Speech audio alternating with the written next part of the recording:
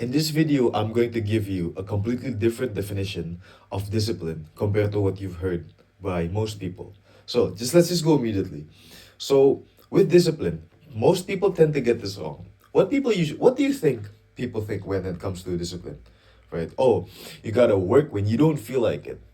Like that's one example, which is valid. It's valid. I agree. You can't just go on motivation. You can't just do what you feel like doing all the time.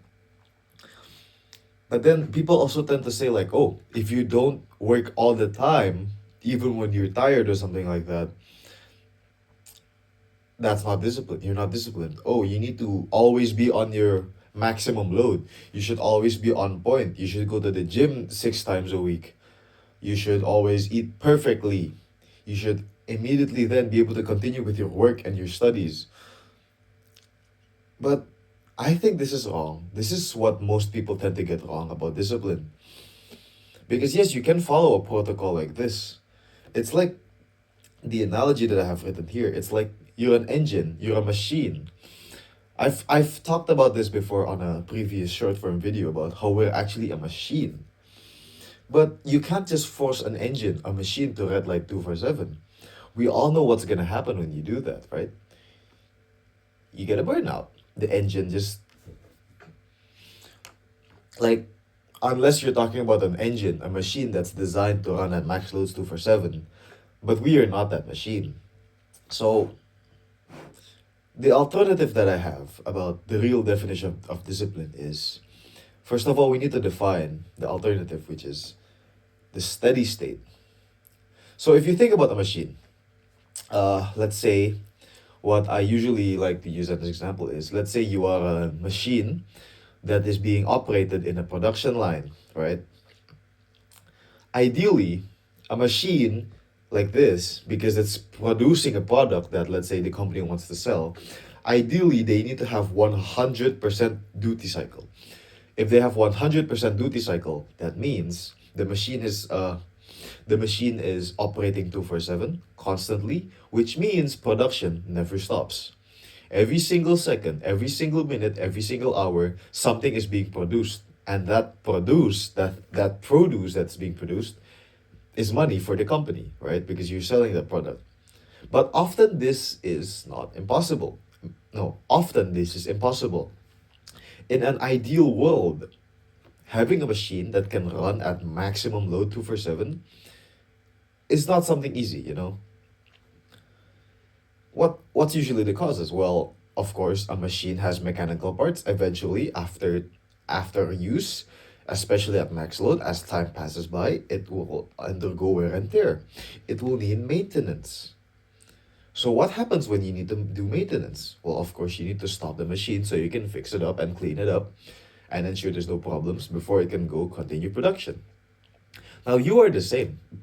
You need to give yourself productive maintenance, right? So yeah, in the short term, when you have downtime, planned downtime, by the way, yes, you're not gonna have any productivity. You're not gonna have any production.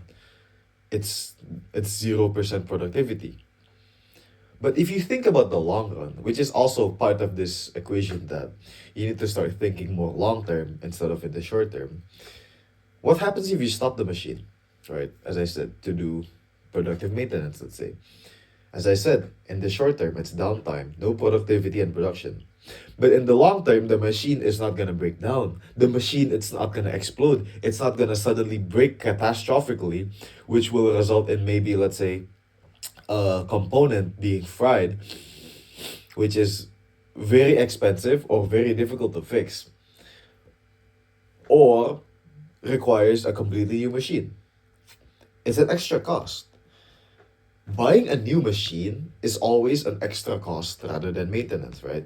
By maintenance, I mean if you just did like the simple oil changes, for example, you just re-oil the bearings, you just do yeah, like simple services basically. It's like it's like the meme of uh just a little side tangent. It's like the meme of servicing your motorcycle. Like uh so where I'm from, Indonesia, little motorcycles like cheap 100cc 125cc motorcycles is very common.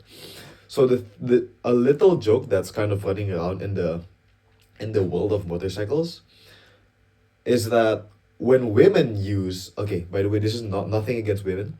I'm just saying what you often hear. If you're an Indonesian, you will probably know about this as well. Is that women tend to use motorcycles and they only know about refueling. I mean, okay, honestly, now that I think about it, going to my last video about how I say people don't have basic skills, I'm pretty sure lots of guys go into this category as well, but yeah, you get what I mean. Lah. So I won't say women, I'll just say people. There are these people that use a motorcycle.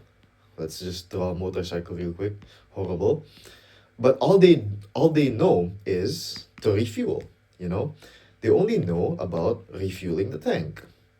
They know nothing about the fact that they need to do maintenance. They don't know about the fact that every 2,000 kilometers they need to ganti oli.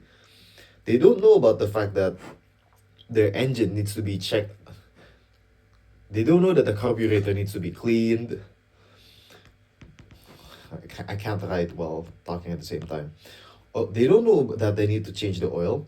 They don't know that they need to check the carburetor or the injectors. They don't know any of that. So what's the consequence? Well, and the oil ends up drying. The let's say the brake pads end up going very thin and a hazard. Usually, when they forget to do oil change for a long, long time, and then smoke comes out of the exhaust, and then when you finally bring it to the mechanic and go, hey, there's smoke coming out of my engine. Why? And then the mechanic just opens the oil tank and it's dry and just go, how long have you not serviced this? This is really bad. We're gonna need to do what's called turun mesin. Basically, we need to dismantle the engine out of the motorcycle frame and we just need to clean it entirely inside, which is very labor expensive, which is very labor intensive, requires a couple of parts and money. That's the same analogy here. Yes, in the short term, you stop your motorcycle to do an oil change, but that prevents problems long term. The same applies with you. Have you ever tried? Okay, I don't have anything to write now, so I'm just gonna zoom out while I talk to the camera.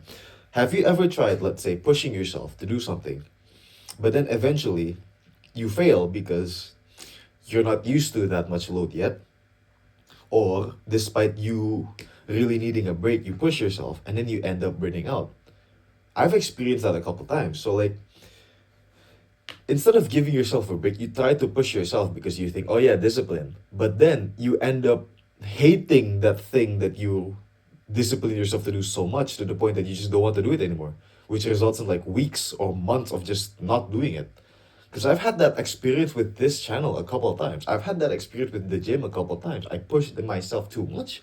Eventually, I just don't want to do anything related to editing videos. I don't want to do anything related to YouTube. I don't want to do anything related to the gym. But if I had took, let's say, a 1 week break, by that I mean like a actual mindful 1 week or like few days break or a weekend off, I eventually just go next week and go, you know what, I actually kind of miss doing this thing, so I'm gonna just go completely again. That's the point that I'm trying to give you. So to conclude this video, what I'm trying to say is that lots of people nowadays think discipline is just pushing yourself like a mule, making yourself redline all the time. But in reality, sometimes you do need to stop. You do need to give yourself productive, scheduled, preventive maintenance, you know? Productive downtime and do preventive maintenance to prevent yourself from burning out. By alternative of steady state, it's like instead of instead of max intensity, but then eventually you just stop because you can't handle it anymore. It's better to just go low, maybe a little dips, but then you continue like forever. Like on the graph, hold on, like on the graph at the top, what I'm trying to show is that here at this point it just stops and just never goes again. But on this one, yeah, maybe sometimes you have dips, like have dips, but then you just continue, you know. In fact, you might actually go higher in the future. And if you notice, the green line here is actually lower in vertical length than the red one. This is also why people tend to fail their New Year's goals, because they get very hype. They push it themselves way more than what they're used to for like the first month or so, and then they just stop because they're not used to it. That's why people who just look at the New Year's as, yo, it's just a new year. I don't really care. My goals are still the same. I'm just still gonna work on it with the same intensity I've already had. They just continue forever, you know? It's like if you if you're in a, it's if you go the first kilometer in the speed of light, but then you break down and can't continue, you lose.